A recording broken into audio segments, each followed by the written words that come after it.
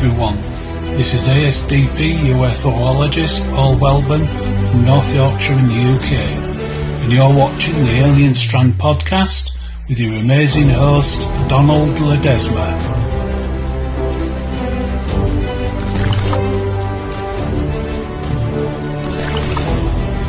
AlienStrand.com, official website.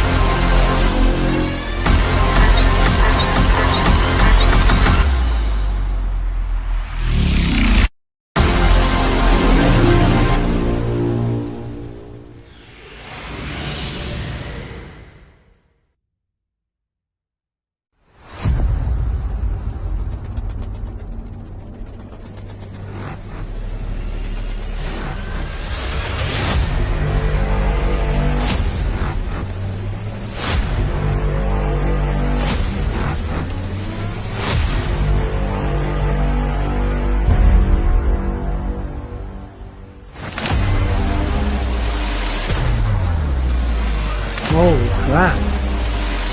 I believe it was 5 separate craft. That's some straight UFO shit right there. That's when I started seeing all of the lights and the contact that I've been witnessing.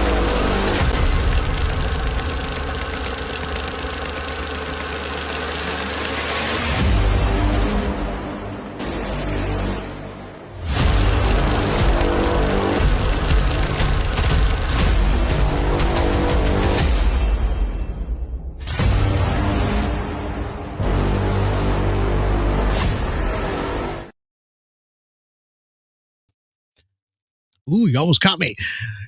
Welcome to Alien Strand Podcast. What's going on? I hope you guys enjoyed that. Man, I must say, it's this podcast. I just kind of brought it up all of a sudden because I wanted to. We are live right now on Facebook, YouTube, X, and all over the place. And actually, we are live on audio. If you go to your Spreaker app, the ones where you listen to your audio podcast, we are live there as well. So welcome to Alien Strand Podcast, and welcome to Ufology, man. It's going to be a good one today. Thank you guys for sticking around today. I see a lot of you guys in there. Let's see, Snack Bench is there. Cindy. Hey, Cindy, how you doing as well? Ryan Keaton, he's there as well. It's just, I had to bring out that trailer. The only reason I did that is because my film, the CE3 Part 2, it's done, right? It's a done deal. So what I did was I did a pre-screening for ASDP representatives only, right? And they were all able to watch the pre-screening of the film and give a review because I wanted their true, just their heartfelt statements about the actual the documentary that it's about a bunch of people out there that go through these things over and over, and you never get to see that side of the story of all we always see is wow UFO. Well, yeah, it's great. It's wow, it's a UFO, but what happens to the people that witness these UFOs and get to experience them not just once, not twice, but sometimes every single day? And that's a lot of times unwantingly, right, or unwillingly. So, and this does happen to a lot of folks, over and over and over, that they just can't understand why a lot of these things are happening to them over and over and over. And with this film, it helps bring this attention out to everybody out there to ufology and what these people are going through, not just as a CE1, not just as a CE2, but as a CE3 as well, right? CE3, it's like being in close proximity in a sense. I mean, not necessarily right in front of the craft, but literally right there, where you're getting a really up close and personal to this craft that's up in the sky, right? So, and and I wanted to talk about that a little bit because the film is, I am so super excited. A lot of people are sharing it out there. And we do have a TikTok, by the way. I don't post very much, but I've tried to, because I'm such a freaking busy person that I try to post as much TikTok as I can. And I do every once in a while. And I'd even there's our TikTok right there. If you ever want to go to there, go check us out. Hey, friend us, man. The more friends that we have there, the merrier. Don't forget, subscribe to Alien Strand there on YouTube as well. We do have a channel there, and we are on X. We're everywhere, man. 26, 27 platforms, audio platforms, Spotify, Spreaker, iHeartRadio. Right now, we're live on Spreaker. So, like I said, if you got your phone app and you just want to hear it, you don't want to see this ugly face right here, just listen to me on your phone app, okay? And that's the best way to do it sometimes, because I know a lot of times we're busy. We're doing stuff with our hands. You can even ask Alexa. My sister does that. She's there cooking. She goes, "Hey, Don, you know what? I go back and I listen to your shows because, I miss them sometimes. And I'll just ask my Alexa to play Alien Strand podcast. And guess what? She plays it. She gets to hear it all while she's doing dinner or washing dishes or clothes or whatever. But that's the best time, man. Just to listen in on what's happening on a daily basis, right? So, I wanted to touch base a little bit on that, and I like I said, I appreciate everybody that's actually right on and just jumping on board with Alien Strand, because you know what, we're a community, and like Terry says, we just, it's all about respect, man, and we respect your story, and your story is important to all of us here at Alien Strand Disclosure Project, because we are all friends, right? And we are all like family, like one big family, and we just love each other. We embrace everything that happens to us out there in the ufology world, extraterrestrial world, and everywhere, right? So before I get started, don't forget, follow us on Alien Strand Extras. A lot of you guys have already jumped on board already. We have that one for $5 a month. I am going to be giving away some t-shirts here pretty soon. I'm already getting them made. Like I said, there's a free one too, so you can go there, just sign up for free, just download the Patreon app, and this is going to help us go a little bit further out there, okay, to get all the information out as we can, right? So if you can't jump on board with that, and with the $5 a month, you there's a lot of perks comes with it. So I'm going to be giving away stickers. I don't know if you see the sticker. I give away stickers, and I usually give them away with my shirts anyway. But you guys that don't have one, get the stuff, and I'll mail it off to you.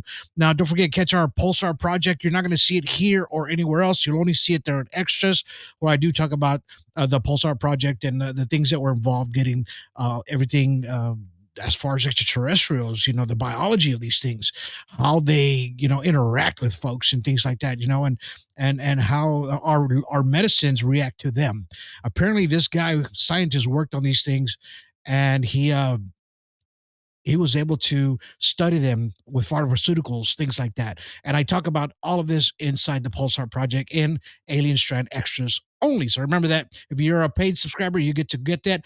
And the book Pulsar Project, I have it for Patreon paid members, so you get to download that book for free, man. So hey, can't beat that with a stick, because you start getting downloads. I'm going to start writing a couple of small books too, so when I start putting them up there, you guys are get the first ones to download it, man, because you're a part of the Alien Strand Extras there on Patreon. It's got perks, I'm telling you, and it does help us reach out to more people as well. All right. So this is the merch that you'll probably be getting. Well, not probably, you are going to be getting. So you're going to, the white shirt, that one's going to, I'm going to give this out for free to people that are $5 subscribers. You will get that shirt, and the coffee mug on the right. Hey man, you'll get that with. I think it's there's a little plan there for that for 3 months. The shirt on the right, which is the middle part too. The commercial you just heard and saw of the middle Part 2. So get ready. That film's going to be coming out real soon. We're really excited.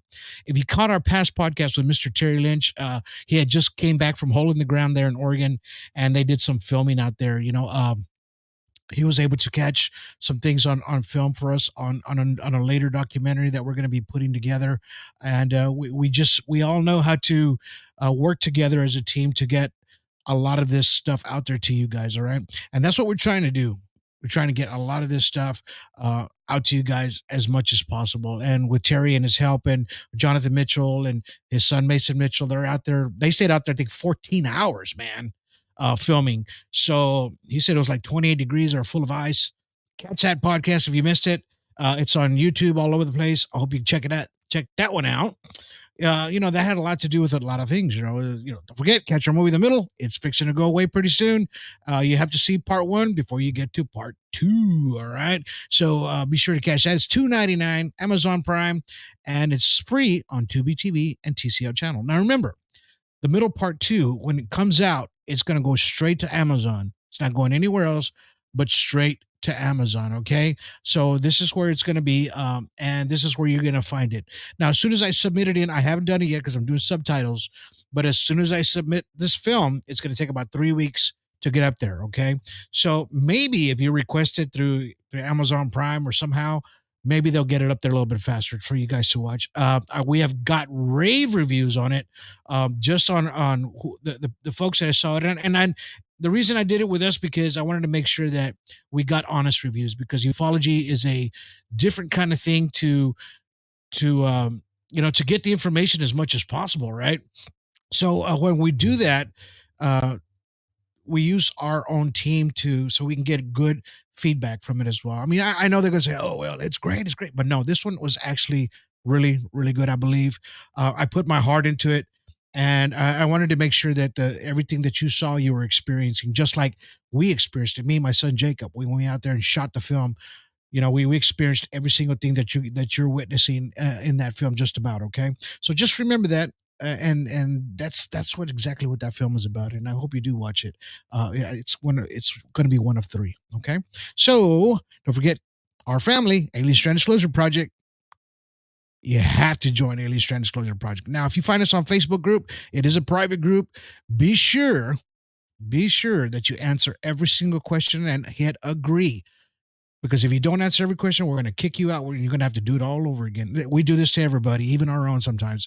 So this is what it has to be in order to join our Alien Strand Disclosure Project. I mean, you can always find our websites, things like that. We have those out there for you guys as well. ASDP, UFO-UFO.com. You can go there, or alienstrand.com. You can find it there, man. We can actually make this happen for a lot of people to join in on Alien Strand Disclosure Project, because we're helping as many people as possible. All right. So, how can it's hard for me not to talk about what's happening now if it wasn't for our past, right? So our past has a lot to do with ufology and the world of ufology, because without a lot of these people, a lot of these things wouldn't have happened there, or they wouldn't have unfolded the way they did, right? So we have to look at people from the past. We always talk about Project Blue Book all the time. Project Blue. This was happening before, right? Lately, I haven't been hearing too much about it on the web or anything like that, because we get so focused on what's happening new, the new disclosure, not the old disclosure. But remember, this came from somewhere, right? And it started somewhere. So who do we actually look up to that started all this, just about? And the one that actually put it on paper was Mr. Allen Hynek, right? So he was with the Air Force for over 20 years, right? And he was able to document a lot of stories, and I'm sure there was a lot of stories in there that he had to pull out from the book, because maybe some of it was actually a little too close for comfort, right? And he's the one that laid out the terminology of the CE, right? The Close Encounters, right? So when he first started it, he had the suffixes, right, of it was called NL, Nocturnal Light Sightings, and at least revealing the most common reports. So that was an NL, Nocturnal, right? Nocturnal Light Sighting. That was actually the first one, and then they had a DD, which was called a Daylight Disc Sighting. This is what they called it back in the day. Still is actually, but we don't use those terms, right? And I still think we should, in a sense. Why rename something that was already put in stone? And he put it's a visual report of a distant disc shaped object in the sky. In other words, something that's way the hell out there, but it's not a plane, it's not a helicopter, and it ain't Superman, right? So it's got to be something that you can make a report on, which is the DD, right? And there's RV, which is radar visual sightings. This is something that he came up with as well, in which the radar return is correlated with visual observation at the same time or same place, right?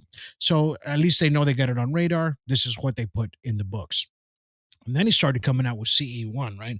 A close encounter of the first kind is observation of an object at close range with visual detail, not just light or a distinct disk. So kind of remember that when you're seeing these UFOs in the sky. Basically, if you're seeing something that you don't understand what it is sometimes and is not acting like an airplane too, it's an actual close encounter, right? It's a CE1, right? And this is what you're dealing with a lot of times, right? And then so you got to remember, every time you see something like that, it's a classification of one. And just think about that in ufology world, ufology terminology. You're classifying it as soon as you see it. It's already been classified, which is awesome because there's the actual terminology of it, right? In which you could say, man, I actually had a CE1, right? And you could say, oh yeah, well, what's that? Well, I saw it from a distance, and then they have the CE2, right? A close encounter of the second kind is a visual encounter that leaves some kind of trace, broken branches, disturbed soil, foliage, or its photographic record, right? So, in other words, it has to have some kind of disturbance on the ground, imprints of like it landed, things like that, to where it has um, to where you actually see something that it left some kind of evidence behind. In other words, like if it landed in a field, you saw it, you actually saw it, you landed in a field. And then when you went over there, you found some radiation traces, maybe with your EMF detection, or if you have a radioactive meter, who's got one right in the back pocket? But, our freaking phones can pretty much do just about everything, right? And so this is the other classification that a lot of folks have in a sense, but they don't get to do it as close as possible to actually run out there into the field, because sometimes it's on top of a mountain, 6,000 feet above sea level. You ain't gonna be able to walk up there, man. And I get it, but I still think that you still get that classification in a sense, right? Because it still is a close encounter. And then we have the CE3, right? A close encounters of the third kind. It's a sighting of humanoids, occupants associated with a close encounter, like Steven Spielberg's movie in 1977, Close Encounters of the Third Kind. Now, I know our movie is based on CE3, and right, a close encounter, and a close encounter, it's a CE3. In other words, is like you have to actually see the pilot, the occupant, the person inside of it, the thing, the extraterrestrial inside of it, and report that sighting to have that classification that you just witnessed, right? And how do you distinguish that? And it's kind of hard to, because, and the reason we did it in our film is because, and we classified it that way because it is a close encounters, and it actually is a third to me. And the classification of it, it has to be a third kind, because a lot of these folks that witness these close encounters, of these crafts, because they come really close. I was there. I stood there. I witnessed it. My son witnessed it in front of Ryan Keaton there in San Antonio. A lot of you folks out there have witnessed something like that. But then what happens afterwards, right? You start having weird things happen in your house, right? You start seeing more shadow figures. You start seeing things like that. You start hearing noises, things drop, things pop, you know. So why not classify that classification as a CE3 as well, right? And that's what we do in our film. We put these together, not to make you believe, and that's what it is, because we still don't know exactly what it is, but they go hand in hand, right? because this is what a lot of these folks do go through in a CE3. That's why we call this movie The Middle Part 2 CE3, because the things that happen to these folks afterwards, after witnessing these things, right? And, Hynek was the one that actually put everything on the map to do that, right? Um, he was the godfather of it, and it's like you kind of think about, why did they pick him? Why did they pick him? I mean, why do you think they picked this guy, to do that? At first, I first thought of it as it's a possibility that they picked him only because they wanted some kind of fallout person. Like, if it turned out to be BS, that they were going to use him as well, you're the one that came up with it. So yeah, it's, you're the clown, right? And I think that's pretty much why they did that. But not knowing how deep and how thorough he was going to get in his investigations, right? Um, he did Project Blue Book from 1952 to 1969. And it doesn't sound very long, but it's pretty long out there, to just do nothing but ufology, witness accounts, photos, pictures, things like that, right? And this guy, he was in everything. He had his hand in everything, but the military kind of had him by their right, because they had to say, "Hey, man, there's only some things you could say, and there's only some boundaries you can cross," right? So you had to make sure that you don't cross those boundaries when we're talking about this, and we want to make sure that whatever you're saying is exactly right about UFOs, things like that. Um, he was able to actually study these extraterrestrials. I mean, he used to just have these meetings back in the day, and just show photos and photos and photos of these things, of what he believed were extraterrestrials. Now, a lot of the percentages of that, I think it came out to like 70% came out to um, like they were identified, and then like 30% were unidentified, somewhere around. It was a low number to where they knew that that was an actual UFO craft, and they just couldn't explain what it was, right? So, and then right. He was in Project Grudge from 1949 to 1951. He was in Project Sign from 1947 to 1949. So he had his hand in everything, and they used him, for because of what he knew and how he studied everything. He knew that he wasn't gonna let things go by without really thoroughly investigating everything, right? Um, Unfortunately, he died in 1986 at the age of 75. I mean, he put his life out there, man, to study a lot of these extraterrestrial crafts, that we see up in the sky. I mean, I'm showing some photos here for the people in the audio world that can't see. You know, a lot of the vintage photos that we always see in a lot of these groups and things that Mr. Paul Wellborn loves, a lot of these photos, they came from Project Blue Book. These were the photos from Project Blue Book, right? That they just have photos of, and they just couldn't figure out exactly what they were seeing up in the sky. And then it's like, how do you,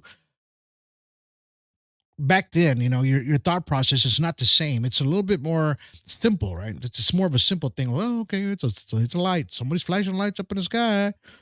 No, man, this is totally unrealistic. Some kind of something's making these things fly, and there's a pilot behind these things, right? So I talked to him. I don't know if you see the photo at the very bottom on the left side, but you can kind of see it. There's two small orbs above this large saucer craft, because you could see the size of this thing amongst those trees, right? So you were looking at a background, probably maybe 300 yards away. At the very top, there's this huge saucer shaped craft, probably about, I don't know, maybe 4 school buses long. And then it's got two small spheres on top. We always talk about that. We always talk about how these, how that it's a real saucer, right? By seeing that little orb up in the sky, right? You always see that little orb, the small one that's around the bigger craft, right? Excuse me, my little dirt right here. But it's this is how you tell that it's an actual real craft, right? And And it took a lot of these older photos to get us thinking of how we were going to classify a lot of these extraterrestrial crafts, a lot of these UFOs. Now we hadn't even been talking about aliens yet, right? Extraterrestrials, they hadn't really said much about it. It was mainly about the actual flying machine, which is the UFO. Now I had a nice conversation with Nancy Thames. I don't know if you saw Timms. I keep calling her Thames. And Nancy Timms, and we had a nice conversation even afterwards, after the podcast. And she was like, because she talked about her experiences with extraterrestrials, and then she says, "Well, I believe that these extraterrestrial craft are connected to the actual pilot, right? So it's actually a biological living entity, and that craft is made for only that one entity that's controlling it, right? So they only can control it themselves. They can make it manifest. They can make it change into different things, different kinds of shapes, forms, or anything that they want it to. But it's the pilot that's doing it. It's only controlled by that pilot. They don't touch nothing. It's up here. So it's all controlled that way. And I've heard that too before, right? So when she started bringing that up, and because Dr. Greer even talks about that as well, and who would know but him as well, because he was in the sector, and and it just gets you thinking, keeps your mind open, right?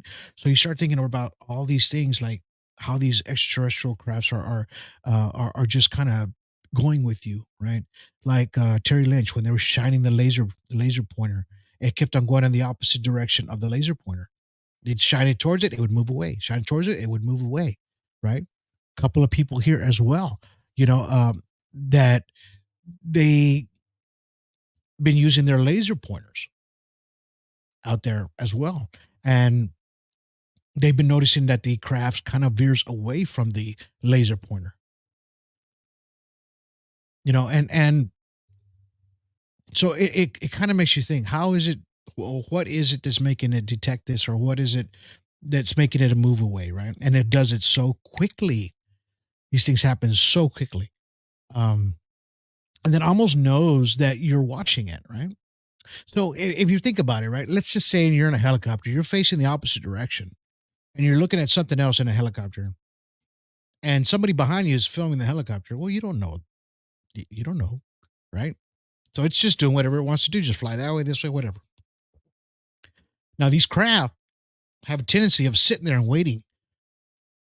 And if you communicate with it sometimes, even verbally, it'll communicate back, or it'll move a certain way, right? So how is it that it's doing this?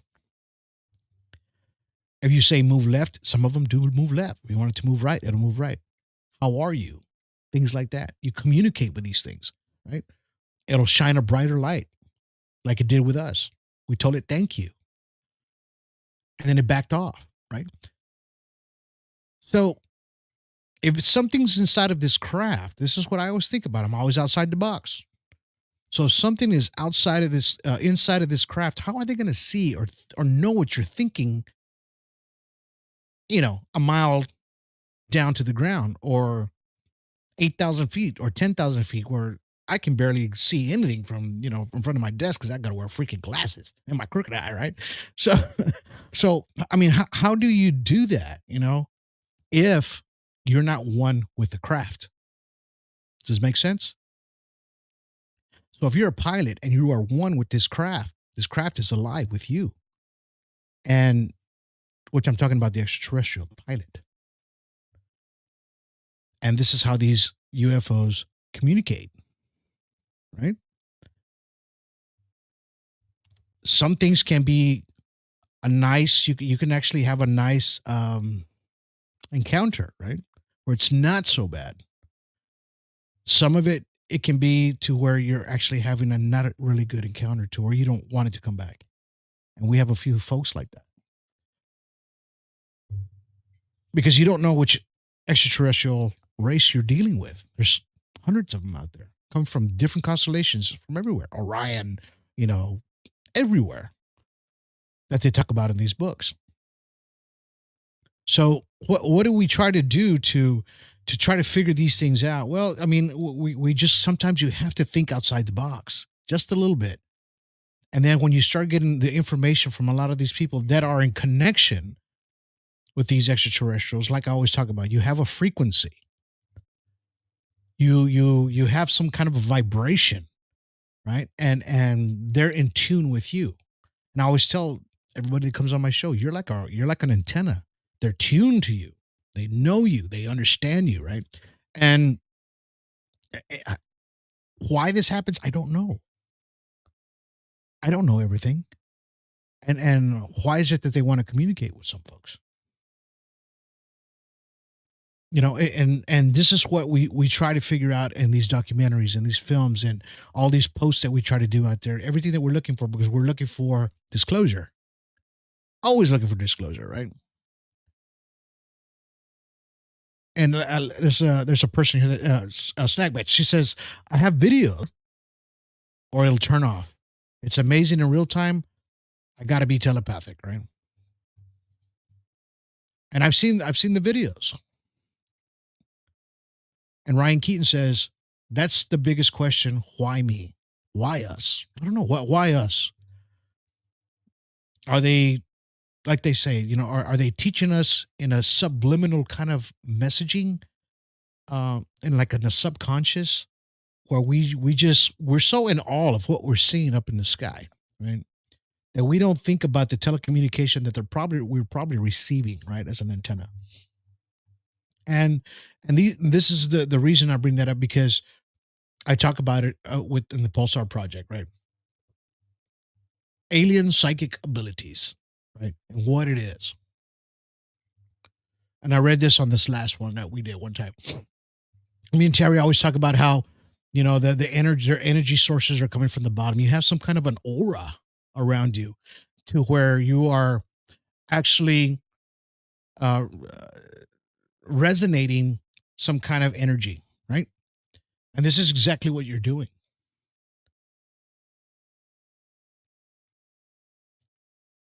You know, you have cosmic energy from outer space. It says, alteration from the aura, you know, of living areas, right?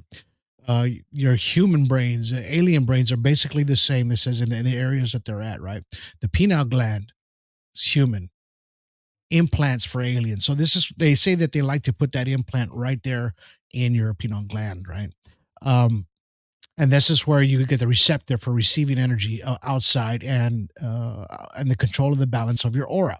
So if you kind of think about it, right? So look at the picture, look at the photo there. If people in audio land, it's just an outline of a human being with, like, it looks like electricity all the way around them, right? With just waves of electricity.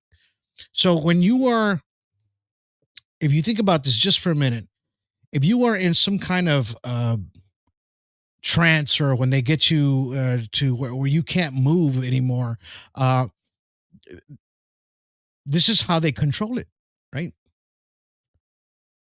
A positive and a negative, right? So they put you in this trance where you're locked in and you can't move. You're in a state of almost like I don't know, man. It's just like you're locked in. You can't move,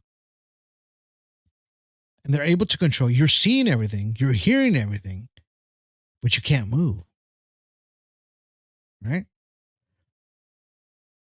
So, and this is the mind control and the psychic abilities of these things. And this is what I was talking about just a minute ago, that they're able to tap into us as human beings, and able to communicate with their craft as well as themselves, because the pilot itself is part of the craft, and is getting out more and more, you know, in other words, the craft is more like an antenna for it, right? So it's able to shoot out the signal a little bit stronger to get to you, right? So does it make sense? I mean, does it make sense of what's happening here, of how they're able to how you're able to see these crafts up in the sky, right?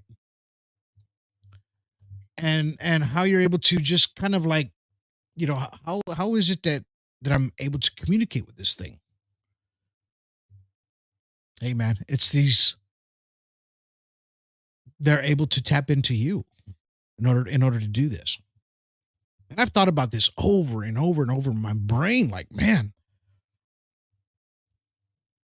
it makes you kind of think that you're going nuts in a sense, because you're thinking like, how is it that they can do this? And having total control over you sometimes, not everybody, but just sometimes. And then you're able to communicate with these extraterrestrial craft, right? And and that's why I wanted to talk a little bit about the close encounters, UFO encounters, because this is exactly what it is, right? Because the godfather of all this is the one that started it all for all of us. And sometimes, Heineck, you have to remember him. You have to remember the people that started all this, right? And without these folks, we probably wouldn't. It would probably be a different narrative as it is today, because our thought process has changed so much through the centuries of our thinking, right? And now in the 21st century, we're like, all right, what do we do now? We've already have the craft, we've had abductions, we have things like that. What's next? And this is what we always think about sometimes. I don't know exactly what's going to come next. I don't know if they'll ever land or communicate or actually communicate with us all, but it's a possibility.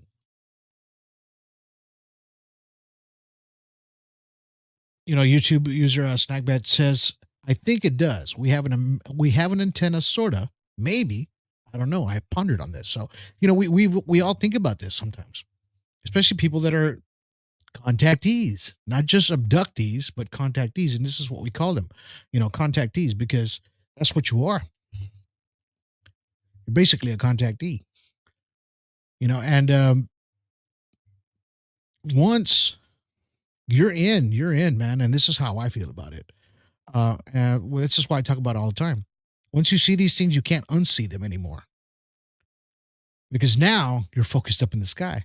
Before we had our faces stuck in our freaking cell phones, right? Or down and just constantly looking down, and nobody ever looks up. I constantly look up. Constantly look up. I'm looking for just to see another one. I've seen many of them already myself personally, so I'm not full of crap. I know what I'm saying. I've experienced them. And I'm always looking to see if I can catch one a little bit closer.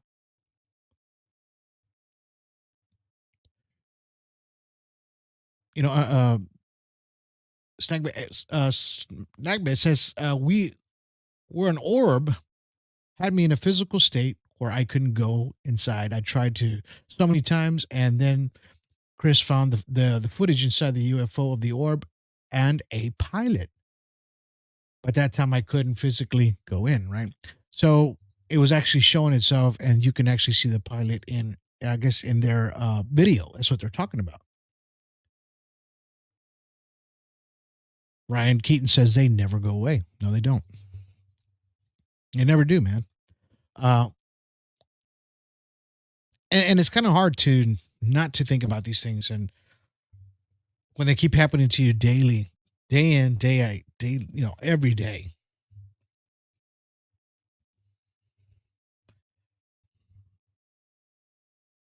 I'm going to tell you this last story before I go, but there was an actual in December of 1969, I believe. No, I'm sorry. It was in 1982. Yeah. So this one was in Taconic State Parkway sightings. This was around the New York area. So this happened in 1989 and 1982. I'm sorry. And it said multiple big and slow UFOs were reported in 1982 around the northern suburbs of New York City, close to the State Parkway. It says UFO investigators were at work most of the time of the staff, but it says that they got investigators like Mr. Heineck out there, and they went to go investigate exactly what was happening up in that area. And they said that the witness reports, it didn't last very long, but a lot of people did see it. So March 17th, 1983. So I'm just going to read you the one report that they did on this. And it says it was about 20 minutes to 9 p.m. I was driving home from church, uh, from a church meeting in New York. As we approached the house, I saw a large triangular object hovering in my yard about 50 feet above my house. It seemed to be much higher than my roof. We pulled into the driveway. We jumped out, ran into the backyard. The object was no longer there. I took the children into the house to get them ready for bed, but I felt a strong surge to go back outside. Thus, this is what happens to us as well, right? As soon as I left the house, I saw the object hovering over I-84. Just 100 yards away, or 20 feet or so above the truck, there was one passing underneath it, right? So I ran and got my children and my father, and we started to watch it. It now seemed to be just away, right? I was amazed to see how low the object was. The traffic stopped.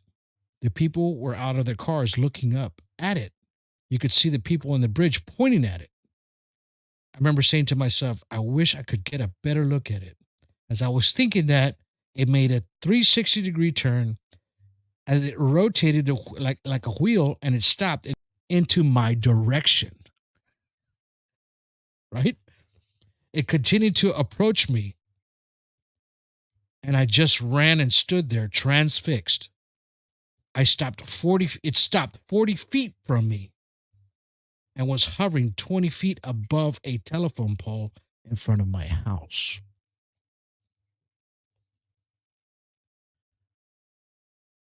So yeah, now you know what I'm talking about. When she thought that, I wish I could get a closer look. It came closer. Then it turned sideways so she can get a better look at it. And it only hovered 20 feet above her telephone pole. Have you gone outside to go look outside your telephone pole? Just a little bit above it. Now, imagine something that large and something that huge hovering like that. And then it listens to what you just said.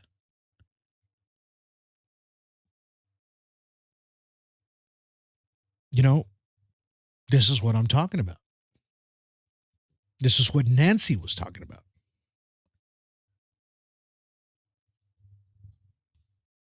These craft are alive, man. And they're alive with the pilot. They are at one with the pilot. So in other words, what I'm trying to say here is that, excuse me, these craft were possibly made just for that pilot, right? So let's just say the pilot is a extraterrestrial, half and half of a biological and a clone, maybe. So they got him tied into that craft. In other words, 001, you are now 001, right? So you are connected to this forever for the rest of your remaining life. This craft is you, you are this craft.